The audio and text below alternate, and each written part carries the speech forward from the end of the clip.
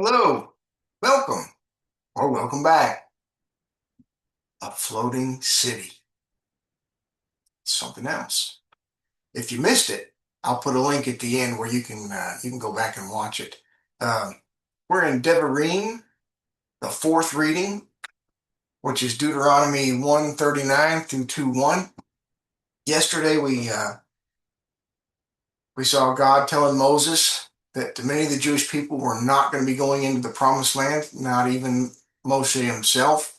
This was primarily due to them sending the spies into the land, which really angered God, and it cost them. It cost them a bunch. And we're going to see um, a little bit more of a similar situation today.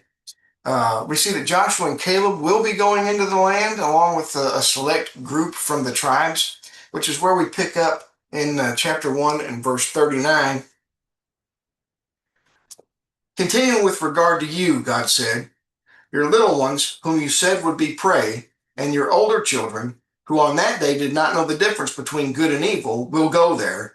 I will give it to them, not you, and they will possess it. But as for you, turn back and journey southward into the desert, heading toward the Sea of Reeds. Then some of you answered me and said, we have sinned against God. We will go up and fight in accordance with all that God, our God, has commanded us. And each of you in this party girded his weapons, and you readied yourselves to ascend the mountain. But God said to me, say to them, do not think that you will succeed. You will not go up. You will fall before your enemies. Do not fight, for I am not among you. Do not allow yourselves to be struck down before your enemies. So I spoke thusly to you, but you didn't listen. You disobeyed God and willfully ascended the mountains of the Amorites. And just as God told me they would, the Canaanites and Amalekites, followed by the Amorites, who were dwelling on that mountain, came out towards you and pursued you just as bees do. Even though they miraculously died when they touched you, just as bees die when they sting, this was only after they smote you at Mount Seir as far as Corma.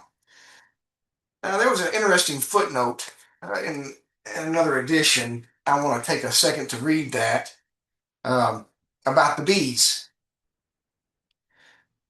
As bees would do, the Amorites were like bees that swarm angrily into anyone who threatens their hive. Into his harshness, Moses mixed a consolation, like a bee that buries its stinger into a victim and then dies. The victorious Amorites died after defeating the Jews. Becher Shor goes further, saying that there is no mention of Jewish casualties. The Jews suffered only like victims of bee stings who are in pain but not fatally injured. So apparently, the Amorites, when they touched the children of Israel, they would die, but they would leave they were relating it to like a bee sting. You left a stinger in there. They're hurt. They're injured. They're damaged. They damaged the children of Israel, but they didn't kill them. But they died as a result from that. Um, I thought that was something interesting I wanted to put in there. But going on in verse 45, so you returned to our camp and wept before God, begging his forgiveness. But your obstinacy made God withhold his mercy. He refused to heed your voice, nor would he listen to you. So you stayed in Ritma, opposite Kadesh Barnea, for a long time, 19 years in fact. This was the same amount of time that you dwelt in all your subsequent encampments. Then we turned southward and journeyed into the desert toward the Sea of Reeds, as God had spoken to me.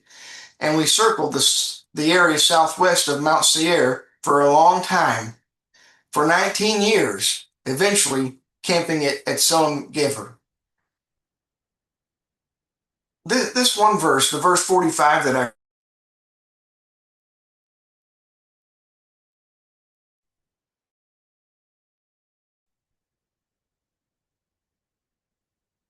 sorry about that. I think we're good now.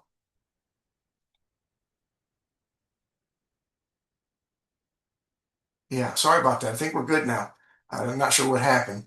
But it says, so you returned to our camp and wept before God, begging his forgiveness. But your obstinacy or stubbornness made God withhold his mercy. He refused to heed your voice, nor would he listen to you. What a terrible place to be in, especially when you're one of the children of Israel. You're one of God's people here in the desert, going into the promised land, which he had promised. And because of your bullheadedness and stubbornness, and who knows what else you've got into there, that God withheld his mercy. That's, if that's not a dagger in the heart, I don't know what is. To be able to call out to God and God say, no, you have just angered me so much. I am withholding my mercy from you. I don't even hear you. Um, what's the show that it was on before? And it was just like, la, la, la, la, la, la, la, la. I'm not listening. I'm not listening to you. Imagine God doing that. But to make God that mad, that's really something there. But I want to read another footnote in here about the 19 years, because that cost them 19 years of this disobedience. When God says no, it's no. Uh, I don't know. It's just, I don't know why they were so obstinate the way it was in the text. But anyway, 19 years they dwelt there. So on the commentary on 46 says the nation settled at Kadesh for a total of 19 years, as many days as they dwelt in all other resting places combined during their 38 years in the wilderness, according to Rashi. Although the wilderness sojourn was 40 years, the verse reckons from the time of the decree during the second year. Moreover, the 40th year was not a complete year. Hence, the punishment was for 38 years, which was interesting because I had always heard it was 40, but they're playing around a little bit with the numbers there. Um, this was a very short Torah section, and tomorrow's is a little extra long. Um, we'll get into that, but join us tomorrow when we look into it. It's a little bit longer section than today's. This was pretty short. But tomorrow, when God says, leave the Moabites alone. And then again, I mentioned the city in the clouds.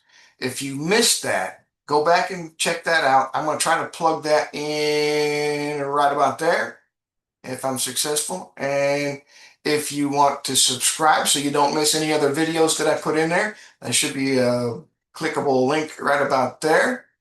I'll try to get those in there. And most of all, like I always like to say, you know the thing. You know the thing. Please like, share, and subscribe. I hope you got something out of the lesson today. Thank you for your time. Have a nice day. God bless.